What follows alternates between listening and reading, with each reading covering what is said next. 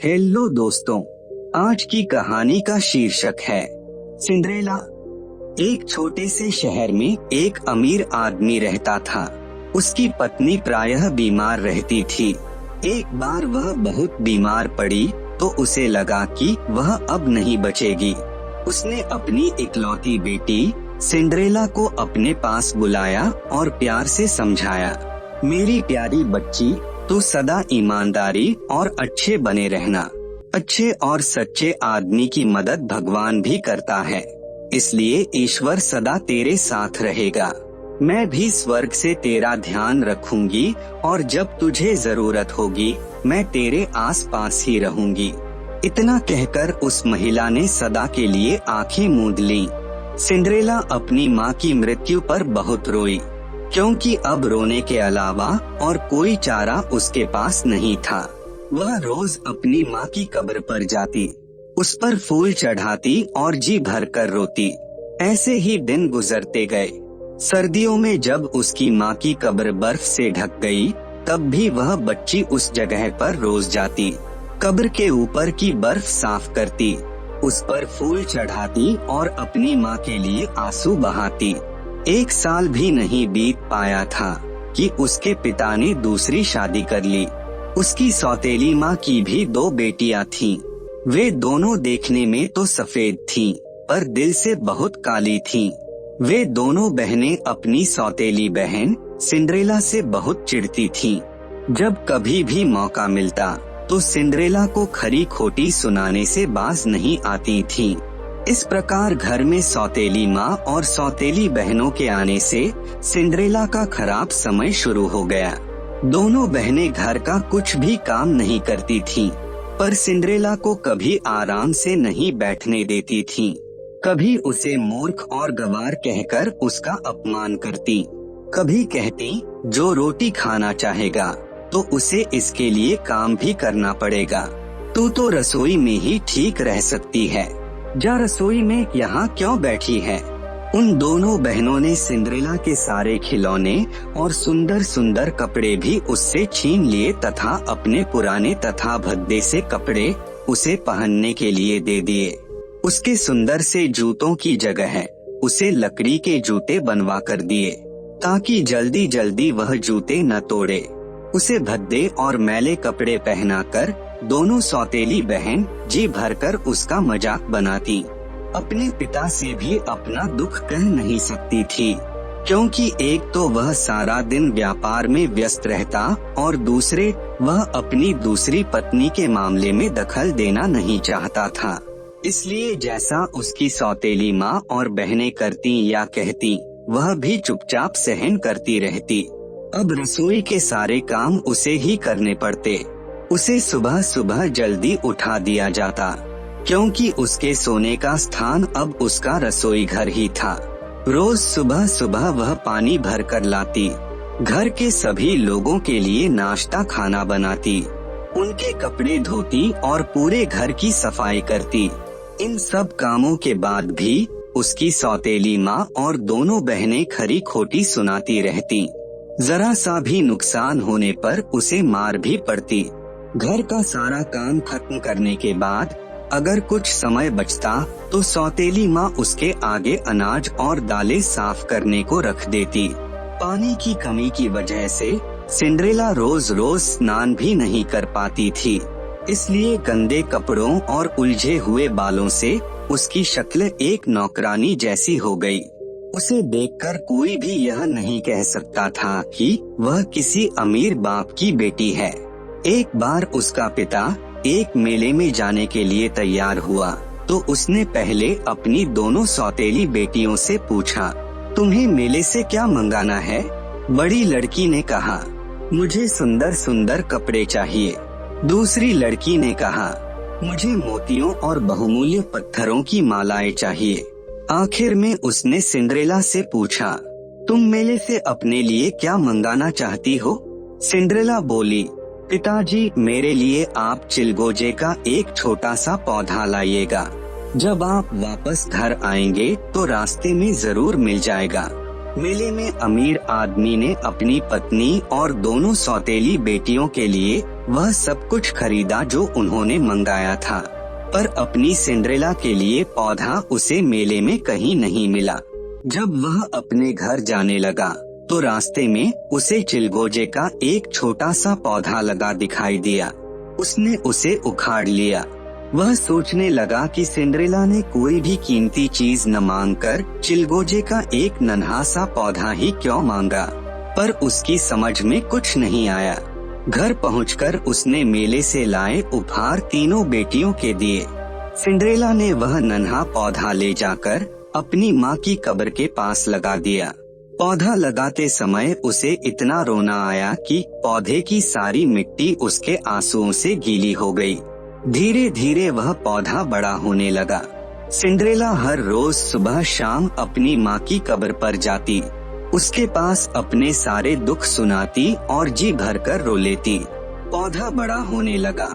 चिलगोजे के उस छोटे से पेड़ पर एक सफेद चिड़िया आकर रहने लगी। जब कभी सिंड्रेला अपनी माँ की कब्र पर अपनी कोई इच्छा प्रकट करती, तब वह सफेद चिड़िया उसकी हर इच्छा को पूरा कर देती। एक बार की बात है, वहाँ के राजा ने अपने राजकुमार की पसंद की लड़की ढूंढने के लिए एक उत्सव आयोजित किया। यह उत्सव 3 दिनों तक चलना था। इस उत्सव में उसने अपने राज्य की सभी सुंदर और अमीर घरों की लड़कियों को निमंत्रण भेजा। सिंड्रेला की दोनों सौतेली बहनें, जो सुंदर भी थीं और अमीर बाप की बेटी भी इस उत्सव के लिए आमंत्रित थीं। राजमहल से निमंत्रण पाकर दोनों बहनें खुशी से फूली न समाईं। उन्होंने सिंड्रेला को बुलाकर अपनी कंधी करवाई, फिर उससे अपने जूतों पर पालिश करवाई, उसी से उन जूतों के फीते बंधवाए और फिर अच्छी तरह सज धज कर दोनों बहनें बोली, तो घर का सारा काम ठीक ढंग से करना, हम दोनों राजमहल के उत्सव में जा रही हैं। उन दोनों के जाने के बाद सिंड्रेला को बहुत रोना आया, क्योंकि वह खुद भी इस उत्सव में जाना चाहती थी, पर उसके पास न ही सुंदर कपड़े थे और न ही सुंदर जूते।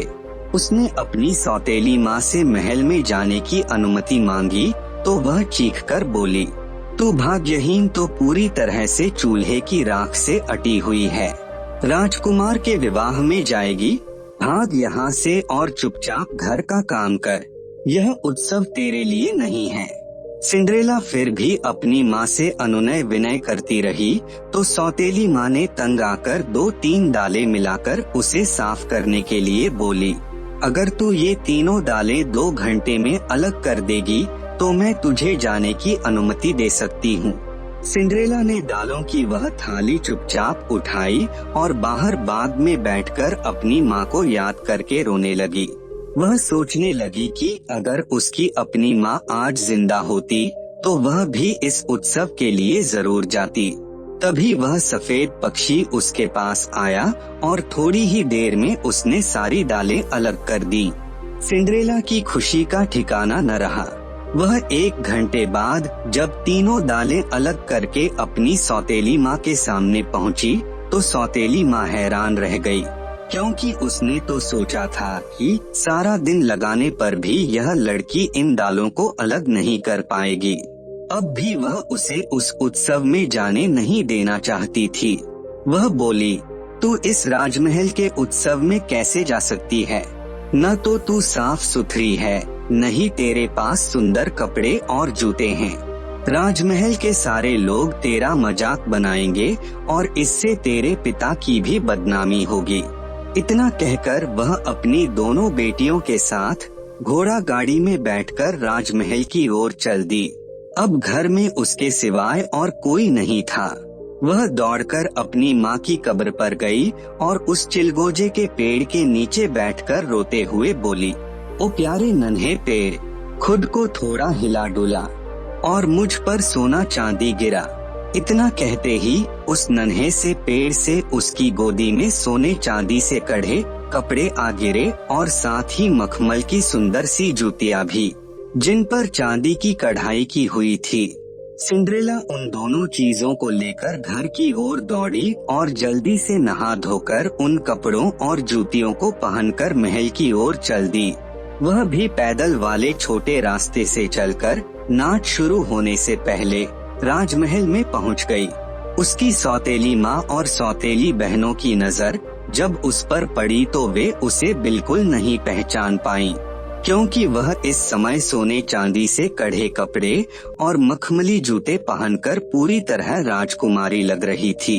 नाच शुरू होने के कुछ देर बाद राजकुमार सिंड्रेला के पास आया और उसके साथ नाचने की इच्छा व्यक्त की। वह खुशी से राजकुमार के साथ नाचने लगी।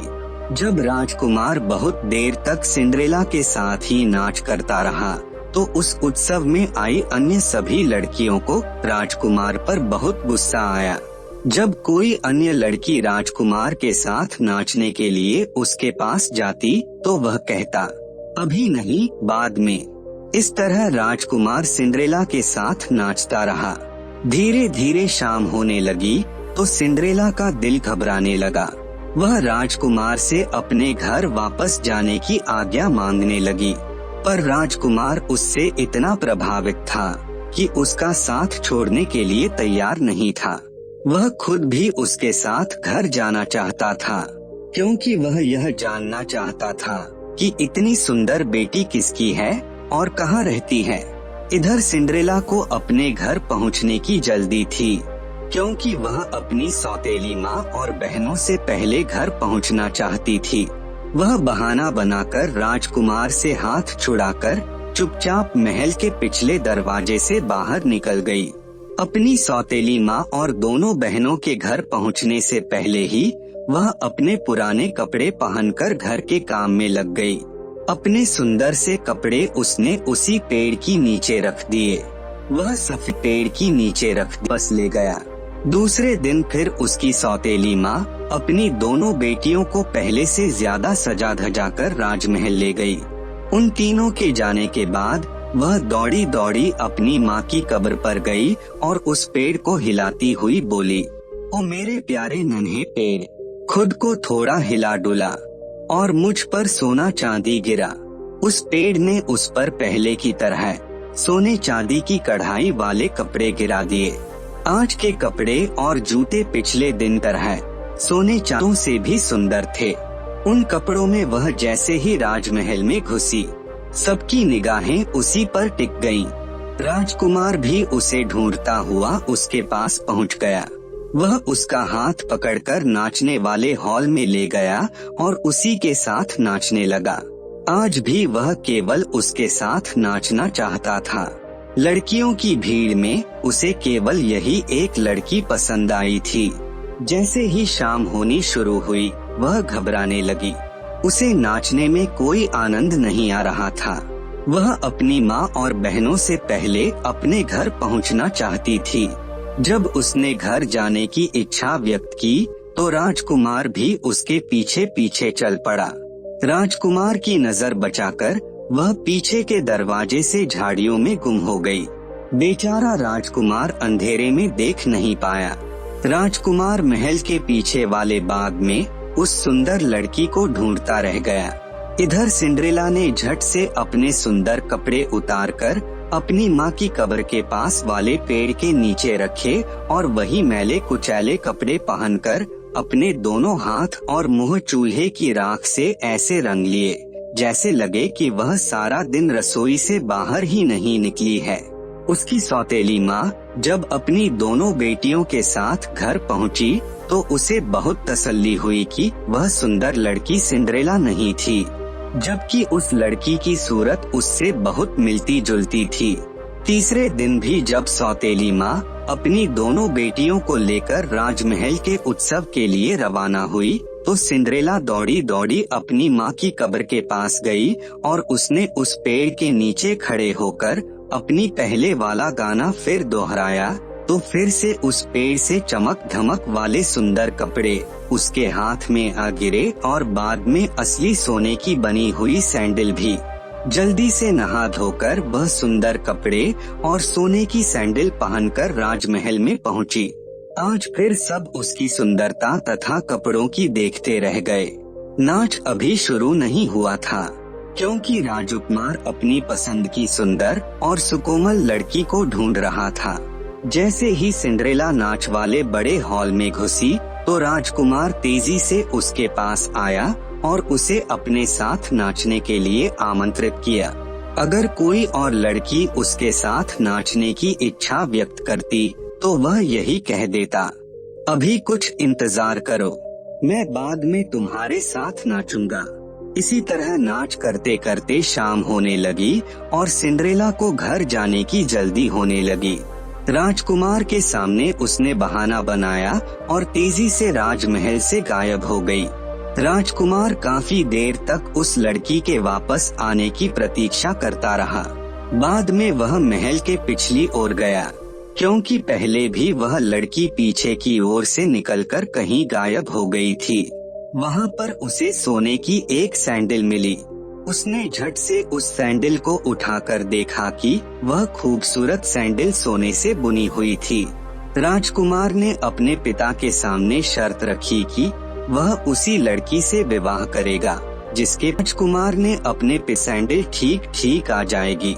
राजा ने अपने राज्य में घोषणा करवा दी कि राजकुमार उसी लड़की को अपनी पत्नी बनाएगा, जिसके पैर में वह सोने की सैंडल ठीक आएगी, जो उसे महल के पीछे वाले बाग में मिला था।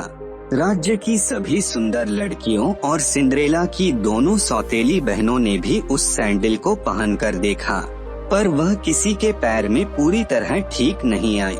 सिंड्रेला की बड़ी सौतेली बहन ने तो रानी बनने के लालच में अपने पैर की अंगुली भी घायल कर ली, पर सैंडल पहनकर एक कदम भी आगे नहीं चल सकी, क्योंकि वह उसके पैर के लिए बहुत छोटी थी।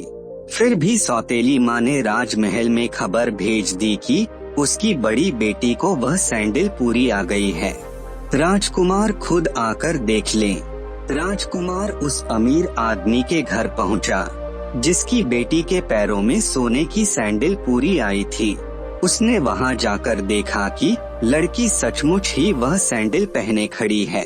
वह उस लड़की को अपने घोड़े पर बैठाकर अपने महल की ओर चल दिया, पर जैसे ही उसका घोड़ा सिंड्रेला की माँ की कब्र के पास से गुजरा, तभी उसे पेड़ से एक पक्षी की आवाज सुनाई दी, गुटर गु, इसको लेकर जाता कहाँ तुम?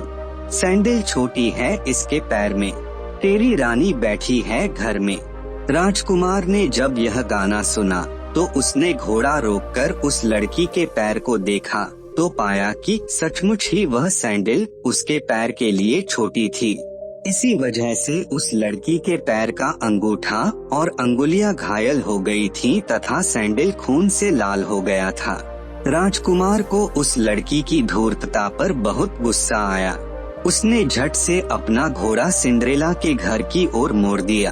वहां पहुंचकर बोला, यह मेरी पत्नी नहीं हो सकती, क्योंकि यह सैंडल इसके पैर में सही नहीं है। शायद इसकी कोई और बहन होगी जिसे यह जूता पूरा आता हो। सौतेली माँ ने झट से अपनी दूसरी बेटी को बुलाया और उसे वह सैंडल पहना कर देखा, पर उसके पाँव की अंगुलियां कुछ बड़ी थीं। फिर भी लालची माँ ने उस लड़की को यह सैंडल जबरदस्ती पहना दी। लड़की बड़ी मुश्किल से 4-5 कदम चलकर राजकुमार के पास पहुंची। राजकुमार ने उसे अपने घोड़े पर बैठाया और महल की ओर चल दिया। जैसे ही वह सिंड्रेला की माँ की कब्र के पास पहुंचा, तो उसे फिर वही गाना सुनाई दिया। वह घोड़ा रोककर नीचे उतरा तो उसने देखा कि बड़ी बहन की तरह उसके पैर से भी खून निकल रहा था। वह फिर अपने घोड़े को वापस उस लड़की के घर ले गया और उसकी माँ से बोला, यह लड़की भी मेरी रानी नहीं बन सकती, क्योंकि यह सैंडल इसके पैर के लिए भी छोटी है। क्या तुम्हारी और कोई बेटी है? अमीर आदमी बोला, नहीं, पर मेरी पहली पत्नी की लड़की है, जो अब इस घर में नौकरानी का काम करती है। वह तुम्हारी रानी बनने के लायक नहीं है। राजकुमार ने जब उस लड़की से मिलने की इच्छा व्यक्त की तो सौतेली माँ बोली, नहीं नहीं, तुम उस गंदी लड़की से नहीं मिलो तो अच्छा है। वह बहुत गंवार है, पर राजकुमार उसी क्षण उसी लड़की से मिलना चाहता था। अतः हारकर सौतेली माँ को राजकुमार के सामने सिंड्रेला को उपस्थित करने के लिए तैयार होना ही पड़ा।